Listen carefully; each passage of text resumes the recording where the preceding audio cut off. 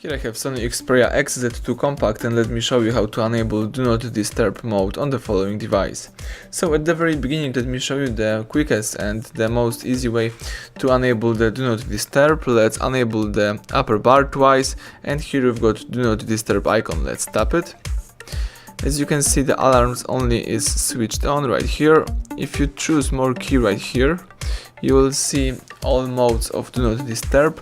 Right now you are using the alarms only, so you won't be disturbed by sounds and vibrations except from alarms.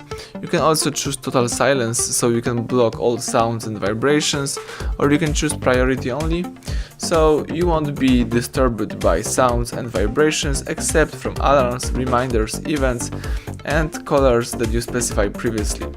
What's really important, you can also set the time when Do Not Disturb will be enabled. Right now there is no limit, but you can choose the 1 hour or other period of time. If you change something, let's tap done. So as you can see right now, the Do Not Disturb is activated. If you would like to configure the Do Not Disturb, if you would like to set up this mode, let's find and select the app's icon, choose settings, scroll down, and here you have to find and select the sound.